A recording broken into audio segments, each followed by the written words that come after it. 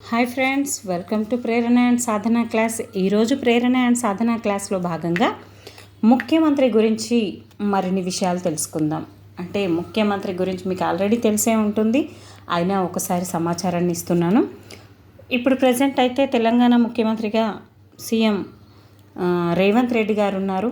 మరి రేవంత్ రెడ్డి గారు ఎంతో కృషి చేస్తే కానీ ముందుకు రాలేరు. ఎవరైనప్పటికీ మనం ఏ రంగంలో అయినా కానీ కృషి చేస్తే కానీ ముందుకు రాలేం ఫ్రెండ్స్. వాళ్ళు కూడా ఫెయిల్యూర్ అవుతాము అని అనుకునే ఉంటారు, కానీ పట్టుదల అనేది ఉంటే ఏదో ఒక రోజున సాధిస్తామని ఎన్నికల ద్వారా రుజువు చేసుకోవడం జరిగింది.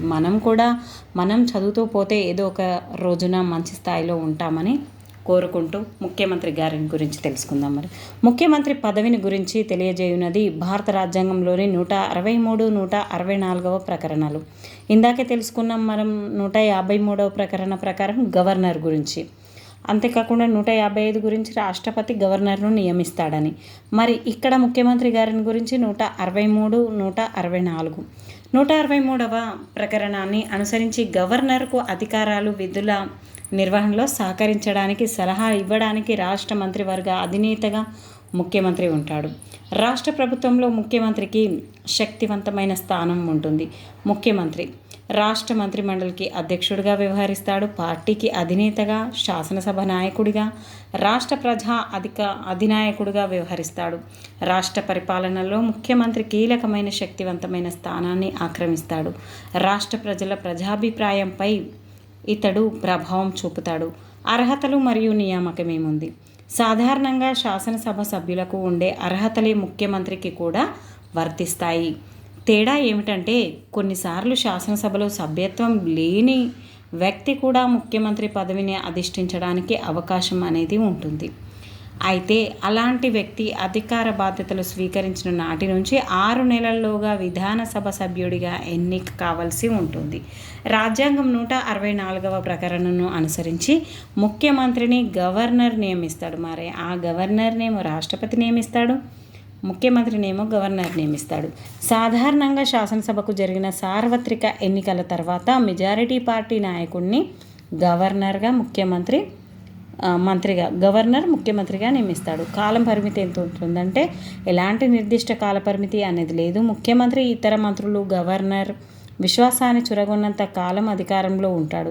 ముఖ్యమంత్రి ఇతర మంత్రుల శాసనసభకు సమిష్టిగా బాధ్యత వహిస్తాడు. దీని అర్థం ఏంటంటే ముఖ్యమంత్రి తన అధికార విధులను గవర్నర్ విశ్వాసం చురగొన్నంత కాలం, శాసనసభలో మెజారిటీ సభ్యుల విశ్వాసం పొందినంత వరకు నిర్వహిస్తాడు.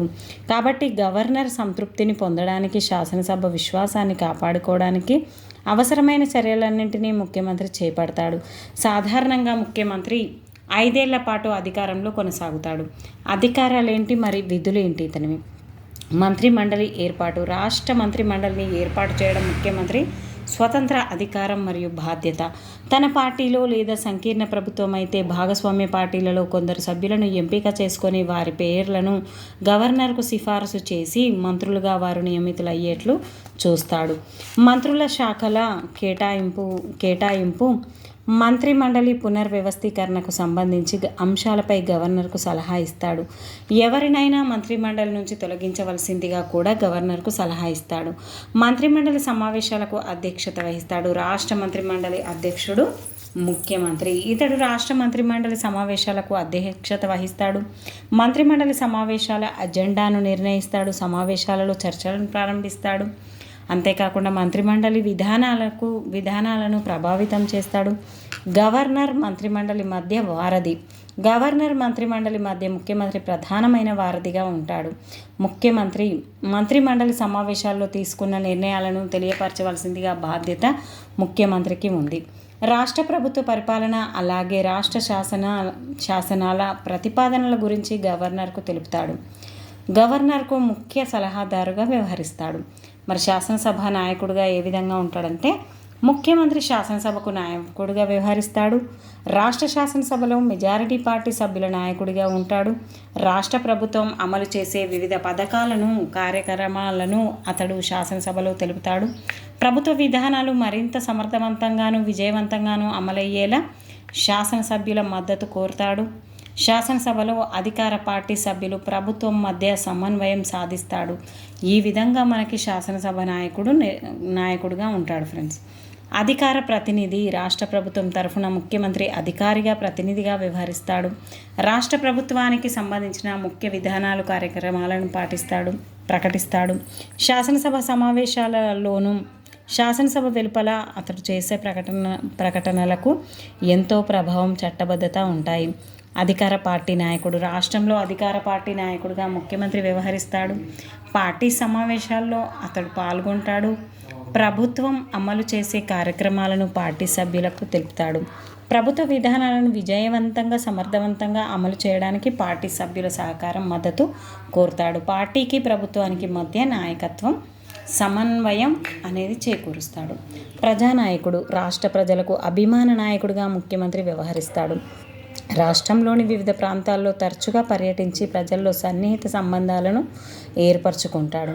ప్రకృతి ఉపద్రవాలు సంభవించినప్పుడు బాధిత ప్రజలకు సందర్శించి ఓదారుస్తాడు. ప్రజల్లో ప్రభుత్వం పట్ల సానుకూల వాతావరణం సృష్టించి వివిధ ప్రభుత్వ సంక్షేమ పథకాలలో ప్రజలు భాగస్వాములయ్యేట్లు చూస్తాడు. గవర్నర్కు ముఖ్య సలహాదారు రాష్ట్ర ప్రభుత్వ వ్యవహారాలు నిర్వహణకు ముఖ్యమంత్రి గవర్నర్కు ముఖ్య సలహాదారుగా సహాయపడతాడు. కొందరు మంత్రులు చేసిన రాజీనామాలను ఆమోదించవలసిందిగా గవర్నర్కు సలహా ఇస్తాడు. మంత్రిమండలి నిర్మాణం, మంత్రిత్వ శాఖల కేటాయింపు, మంత్రిమండలి పునర్వ్యవస్థీకరణ, అసెంబ్లీ రద్దు, రాష్ట్ర ప్రభుత్వ సంస్థలు, కమిషన్ల అధిపతుల నియామకం, ఆర్డినెన్స్ల జారీ మొదలైన అంశాలు వీటిలో ప్రధానమైనవి. శాసనసభ రద్దుకు సలహా అనేది కూడా ఇస్తాడు. రాష్ట్ర శాసనసభకు రద్దు చేయవలసిందిగా గవర్నర్కు కోరే విశేష అధికారం రాజ్యాంగ రీతి ముఖ్యమంత్రికి ఉంది. ఈ విధంగా గవర్నర్ అంటే ముఖ్యమంత్రికి ఈ విధంగా ఉన్నాయి ఫ్రెండ్స్. కేంద్ర రాష్ట్ర సంబంధాలలో పాత్ర రాష్ట్ర ప్రభుత్వ వాస్తవ కార్యనిర్వాహక అధిపతిగా వ్యవహరించే ముఖ్యమంత్రి కేంద్ర ప్రభుత్వంతో వివిధ అంశాలపై ఉత్తర ప్రత్యుత్తరాలను నిర్వహించే విషయంలో ఎంతో చాకచక్యంగా వ్యవహరిస్తారు. కేంద్రంలోని ఉన్నత రాజకీయ పదవులను అధిష్ఠించిన నాయకులతో తన పలుకుబడి సామర్థ్యాలను వినియోగించి రాష్ట్రానికి అధిక శాతం ఆర్థిక వనరులను సాధించడానికి కృషి చేస్తాడు. ఒకవేళ కేంద్రంలో అధికారంలో ఉన్న పార్టీకి సంబంధించిన వ్యక్తి ముఖ్యమంత్రి అయితే అతడు కేంద్ర నాయకులతో యుక్తితో వ్యవహరిస్తాడు. రాష్ట్రం మంత్రిమండలి భారత రాజ్యాంగం రాష్ట్రాల స్థాయిలో పార్లమెంటరీ ప్రభుత్వ విధానాన్ని సూచించింది. దాని ప్రకారం రాష్ట్ర స్థాయిలో గవర్నర్ రాజ్యాంగబద్ధమైన నామమాత్ర కార్యనిర్వాహక అధిపతిగా వ్యవహరిస్తాడు. మంత్రిమండలి నాయకుడైన ముఖ్యమంత్రి వాస్తవ కార్యనిర్వాహక అధిపతిగా అధికార బాధ్యతలను నిర్వహిస్తాడు. రాష్ట్ర కార్యనిర్వాహక శాఖలో మంత్రిమండలి అంతర్భాగం. మంత్రిమండలిలో ఒకటి లేదా అంతకు మించిన పార్టీలకు చెందిన శాసనసభ్యులు ఉండవచ్చు. వారందరూ సమిష్టిగా ముఖ్యమంత్రి నాయకత్వంలో పనిచేస్తారు. నిర్మాణం రాష్ట్ర మంత్రి మండలిలో ముఖ్యమంత్రి, కేబినెట్ మంత్రులు, రాష్ట్ర మంత్రులు కూడా ఉంటారు. ముఖ్యమంత్రితో సహా మంత్రులందరూ గవర్నర్చే నియమించబడతారు. రాష్ట్ర శాసనసభలో ఒక పార్టీకి చెందిన కొందరు సభ్యులను ఎంపిక చేసుకొని వారి పేర్లను గవర్నర్ నివేదించి వారిని మంత్రులుగా నియమించవలసిందిగా ముఖ్యమంత్రి గవర్నర్కు తగిన సూచనలు ఇస్తాడు. మంత్రిమండలి పరిమాణం విషయంలో రాజ్యాంగం 91వ సవరణ చట్టం 2003 ప్రకారం మొత్తం శాసనసభ సభ్యుల సంఖ్యలో 15% మించకూడదు. అధికారాలు, విధులు రాష్ట్ర ప్రభుత్వ విధానాల రూపకల్పన, రాష్ట్ర ప్రభుత్వానికి సంబంధించిన విధానాలను రూపొందించి ఖరారు చేసి అమల్లో ఉంచే బాధ్యత రాష్ట్ర మంత్రిమండలికి ఉంటుంది. కాబట్టి ప్రభుత్వ నిర్వహణ కోసం మంత్రిమండలి లోతుగా చర్చించి తగిన నిర్ణయాలు తీసుకుంటుంది. ఈ సందర్భంలో మంత్రిమండలి సభ్యులు అన్ని అంశాలపై కూలంకషంగా చర్చిస్తారు. ముఖ్యంగా కేబినెట్ మంత్రులు అనేక పర్యాయాలు సమావేశమై మొత్తం మంత్రిమండలి పేరుతో విధానపరమైన నిర్ణయాలు తీసుకుంటారు.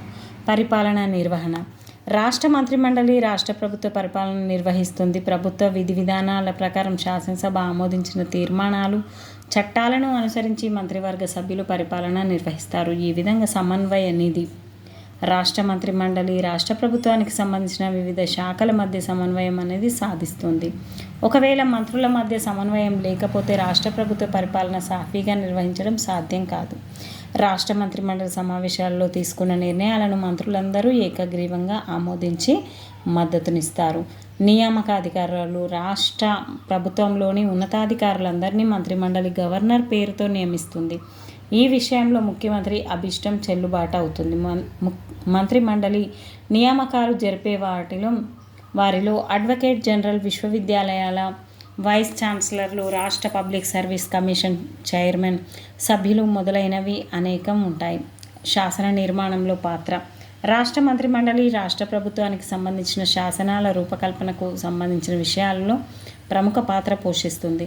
రాష్ట్ర శాసనసభ సమావేశాలకు సంబంధించిన విషయాలన్నింటినీ వాస్తవానికి మంత్రిమండలే నిర్ణయిస్తుంది. శాసనసభలో మెజారిటీ సభ్యుల మద్దతు ఉన్నంతకాలం మంత్రిమండలి శాసన నిర్మాణ విషయాలలో కీలకమైన సంస్థగా కొనసాగుతుంది. ఈ విధంగా ఆర్థిక విధులు అనేటివి కూడా ఉన్నాయి ఫ్రెండ్స్. రాష్ట్ర ప్రభుత్వ ఆర్థిక వ్యవహారాలపై మంత్రిమండలికి నియంత్రణ ఉంటుంది. రాష్ట్ర ప్రభుత్వ విత్త విధానాన్ని మంత్రిమండలి నిర్ణయిస్తుంది.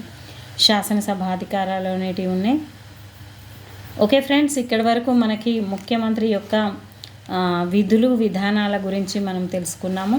ముఖ్యమంత్రి రేవంత్ రెడ్డి గారిని తలుచుకొని మరి ఏ విధంగా అతను పరిపాలన చేస్తున్నాడు, 6 సూత్రాల పథకాలు అనేటివి అమలవుతున్నాయా లేదా, ఇప్పుడు మనకు వచ్చే డిఎస్సిలో ఖచ్చితంగా 6 సూత్రాల గురించి, 6 పథకాల గురించి, 6 గ్యారంటీల గురించి ఖచ్చితంగా వస్తుంది ఫ్రెండ్స్. మీరందరూ కూడా ఖచ్చితంగా క్షుణ్ణంగా ప్రిపేర్ అయ్యి బాగా రాస్తారని, మీరు అనుకున్న లక్ష్యాన్ని సాధిస్తారని ఆశిస్తూ ఇంతటితో ఈ క్లాస్ను ముగిస్తూ మరొక క్లాస్లో మళ్ళీ కలుద్దాం friends. Keep smiling. Okay friends, bye.